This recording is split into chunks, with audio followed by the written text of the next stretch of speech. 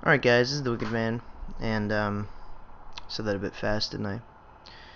Anyways, this is the second part of my little Onza review. I've played with it for, I don't know, it's been a few days. I played a considerable amount yesterday, so I think at this point I've basically gotten used to the fact that I'm not using the regular controller and that this has additional features and stuff.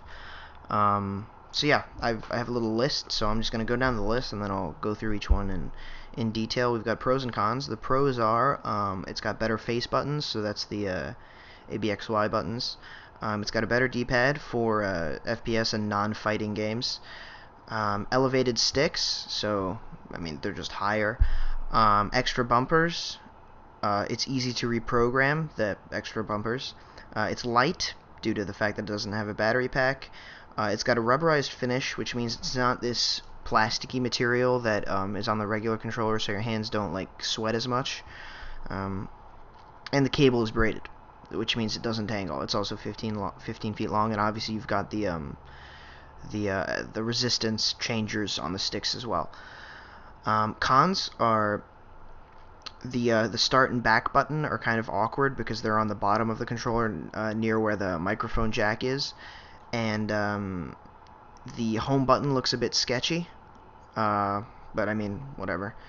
It's not, the one on the normal Xbox controller kind of protrudes out of the controller, whereas the one on the Onza is just an image, so it doesn't look quite as nice. And the triggers are a bit difficult to get used to. In the middle between the pro and con, so it's kind of just like meh, is the fact that it's wired, which doesn't bug me, but I imagine for some people, I mean, even for me, occasionally I'll like when I go to grab it, I've got my Astro wire lying around because that's wireless, and then I've got this wire and all that stuff, so that can get kind of clumsy sometimes, but normally it's not an issue. So we'll just go through each thing step by step. The face buttons are it's not an electronic switch like it is in the normal Xbox. When you push the Xbox controller, the normal one, when you push one of the buttons down, it pushes down like a little plastic piece onto a little I don't know exactly how it works. I saw a video where someone took them both apart, but basically there's no mechanical parts. You just like push it down, and due to you pushing it down, it like sends a signal or some shenanigans. When you do it on the Onza, it's actually like there's like a metal bit that when you push it down, it'll actually click, and supposedly it's faster. The buttons are actually, they protrude less from the controller, so it's the amount of distance you have to push them down is less, so that makes it faster. And they push down easier. You're not gonna like make a mistake and accidentally push it down, but they do push down easier than the normal ones do. Better D-pad. On the standard controller, you've got this weird D-pad that doesn't really have any direction. The whole thing is just kind of there, and a lot of the times it'll mess up. Never happens on the Onza. Each direction is a separate button, so you've got 4 directions, 4 buttons. Obviously, if you're playing fighting games, that's not ideal, but then you've already bought a gamepad, and yeah. So yeah. Elevated sticks, I mean, for those of you who don't know why that's an advantage, think of it, with the Control Freaks, that, just note, Control Freaks do not work on the Onza. I don't have a pair myself, but I've heard that from other people, so if you have Control Freaks and you're wondering if they go on the Onza, they do not.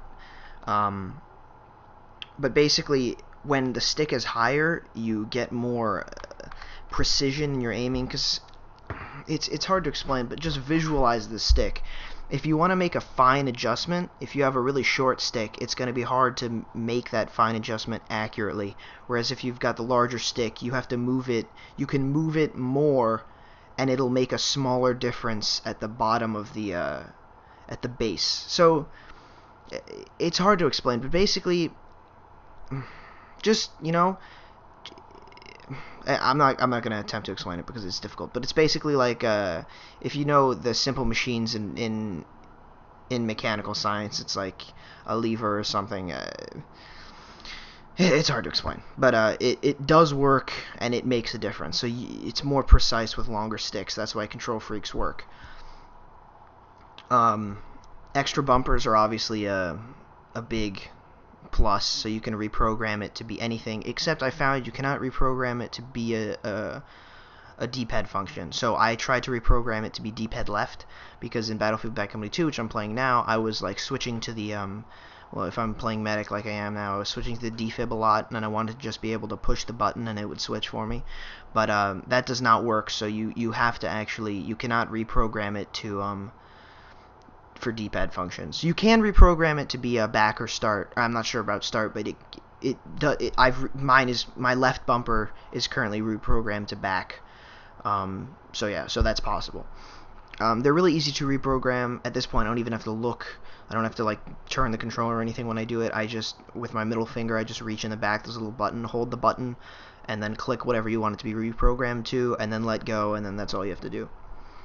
It's light, obviously, because it doesn't have batteries, so you don't have the issue of that whole, 2 AA's or whatever in the back weighing you down. And because it doesn't have a battery, obviously, you don't have to continuously buy AA's or, plug it in and charge, which is nice. And if you have a bit of lag with your wireless controller, that'll fix that as well. I do have a bit of lag, but it's not because of my controller's my old controller was wireless. It was because I think it's because my Xbox goes through so many pass-throughs. I think that's why. It's also got a rubberized finish, so it's less slippery than the standard one, and it feels good. Plus, it looks cool. And the cable is braided, which means it won't tangle. So yeah, that's always nice, because the last thing you want to do is sit around and untangle cables. Now the cons are that the start and back buttons are a bit awkward. Especially when you're not used to the controller yet. A lot of the times when you want to check the score, you'll reach up to push the back button, and you'll find that there's nothing there, and then you have to like go back. So I mean, it is kind of annoying, and you won't be checking your score as much unless you reprogram the back button like I did. But again, you don't want to do that in Call of Duty, because that would be a waste of one of the reprogrammable buttons. So yeah. The home button looks a bit sketchy, as I said before. It's not this 3D protruding thing that it is on the normal controller. It's just a flat image. So that takes a bit of getting used to, and it does not look as nice as the normal controller does, but that's okay. I mean, it's just an aesthetic difference, and the rest of the controller looks pretty cool. But I think it would have looked really nice if they actually did get that protruding logo on it. But that's okay. I'm not gonna whine about that, because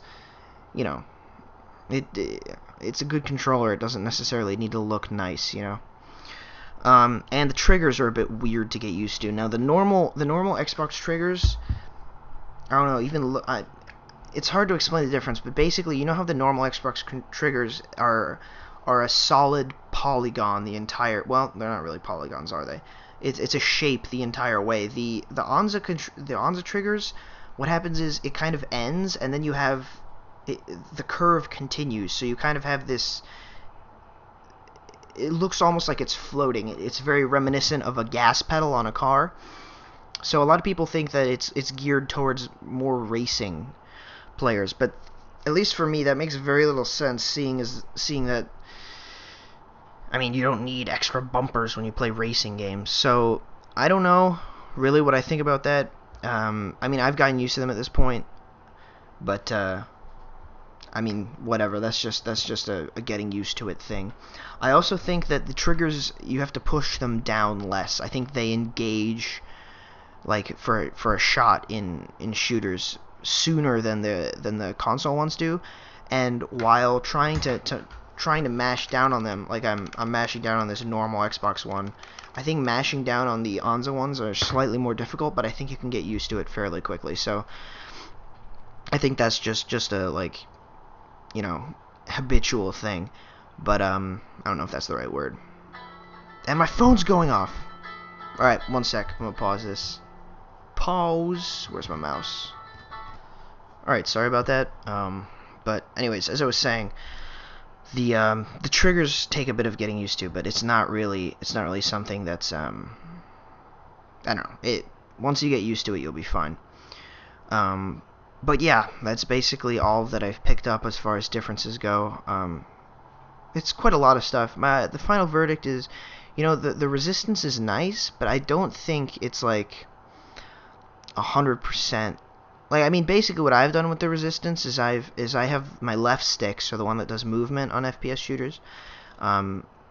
FPS shooters, first-person shooters. On FPS games, it's all the way down, so it's loose, and I have the right stick slightly more resistant or whatever, because I find that like when someone jumps in front of me and I'm like, wah, and if I have it loose all the way, I'll kind of like jump the stick and I won't be able to get aim, whereas if I have it on a slightly higher resistance, then I don't have that problem, at least as much.